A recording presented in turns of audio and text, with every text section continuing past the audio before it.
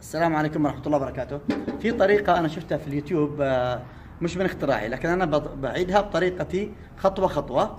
ممكن يستفيد منها اليمنيين خصوصا في هذه المرحلة وغيرهم. طبعا نظرا يعني احتكار الغاز المنزلي أو انعدام الغاز المنزلي في اليمن، عندهم أزمة هذه الأيام يعني بشكل مخيف جدا، فيتوفر بأموال ومبالغ باهظة جدا. وصلت الاسطوانة الغاز إلى 9000 إلى 7000 وإلى 10000 ريال يمني. الكثير منهم لا يجد الغاز. في طريقة جميلة جدا، إذا قلنا نحتاج هذه، شو يحتاجوا فقط هذا الدرام هذا تبع الصبغ الحجم الكبير. تمام. بعدين تعال قصه هنا، قصه بالطريقه هذه بحيث انه تدخل الماسوره هذه بهذه الطريقه فقط. ممكن تقصه طبعا بيدك، ممكن تقصه عند حداد بطريقه اذا تحتاج بطريقه فنيه. تمام. ففقط يكون محتاج بهذه الحجم فقط. طبعا مثل ما تكلمنا الحين ندخل الماسوره بالطريقه هذه، ونجيب واحده ثانيه نحطها بالطريقه هذه بالوسط بهذه الطريقه. تمام. تعال خالد امسك خالد هنا. الان نجيب حشوه.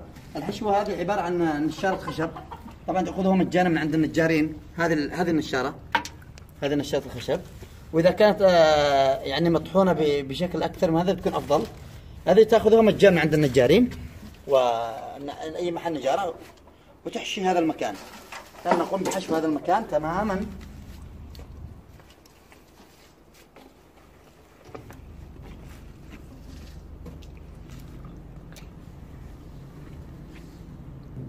طبعا نضغط، لازم نضغط بشكل ما تخلي اي مجال للاكسجين، لان النار بتعيش على الاكسجين. تمام. اضغط بقدر ما تستطيع، حاول انك اضغط.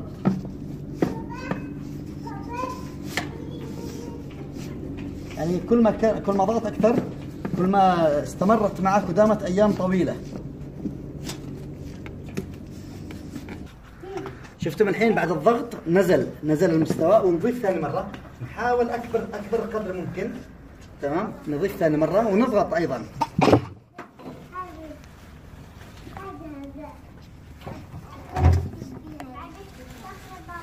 اليوم قلنا نخرج من الجو السياسي يعني المقاطع الفيديو السياسيه اللي ما يعني وجع على الفاضي، نسوي حاجه يعني يمكن يستفيد منها المشاهد.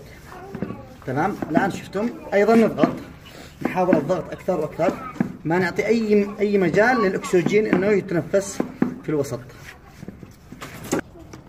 طبعا ضغطنا عده مرات، وكل ما نزل مستواه ضغطنا اكثر واكثر. تمام. بالطريقه هذه تخلي مسافه حدود 5 سم. الان ايش تسوي بالمسافه هذه؟ مسافه تجيب طين يكون متماسك، ما يكونش طين يعني يتقاطر منه الماء، يكون فقط مجرد متماسك، وتعبي هذا المكان. تمام. هذه صدقوني بتفيدكم كثير، وراح يمشي معاكم الكميه هذه، تمشي معاكم حدود يعني بتمشي معاكم تقريبا، الله اكبر، تمشي معاكم حدود اكثر من 10 ايام. كل على عمليه الضغط، ضغط الحشوه، كل ما ضغطت اكثر بتمشي معك ايام اكثر. الله أكبر. طبعا شفتوا الحين كيف طلع الشكل. الان سوينا الطين وضغطنا على الطين. تمام. ضغطنا الطين بالطريقه هذه. الان شوفوا ايش بنسوي الان. تعالوا اسحبوا هذه الان. شوفوا نسحب هذه الان بهذه الطريقه. بسم الله. تمام. طيب نسحب اللي تحت الان.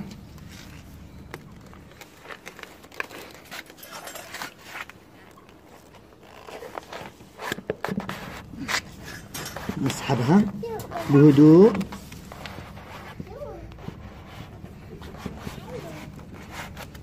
طيب شفتوا الحين كيف؟ لأن نجيب ولاعة الآن. شوف طريقة الإشعال. جيب ولاعة وعلى ورقة مثلا. بسم الله. نحطها هنا.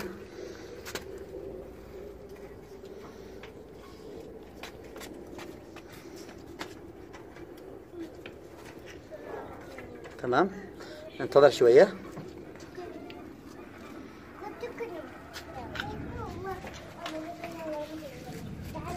انتظروا شوية بس. ايوه الآن شوفوا، الآن شوفوا اللهب الآن بيطلع.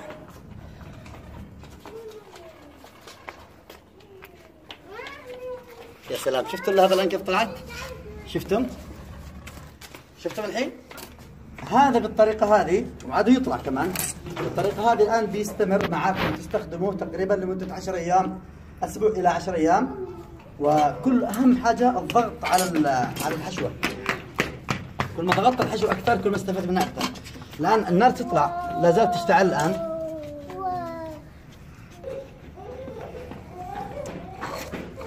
شوف الآن ممكن الآن تسوي مثلا أي حاجة. الآن بتطبخ، يا سلام، شفت الحين؟ اطبخ اللي تريد الحين تطبخ. شوف الحين كيف اطبخ عصيد، اطبخ ايش يطبخوا؟ زوم، عركة، اي حاجة. شفتم الحين كيف الصورة؟ تنور. طبعا كيف طريقة الاغلاق الان؟ شوف الاغلاق مثلا، خذ معك طين ولا خذ معك شيء مبلل. شفتم الان كيف الوضع الان؟ شوف الان كيف النار.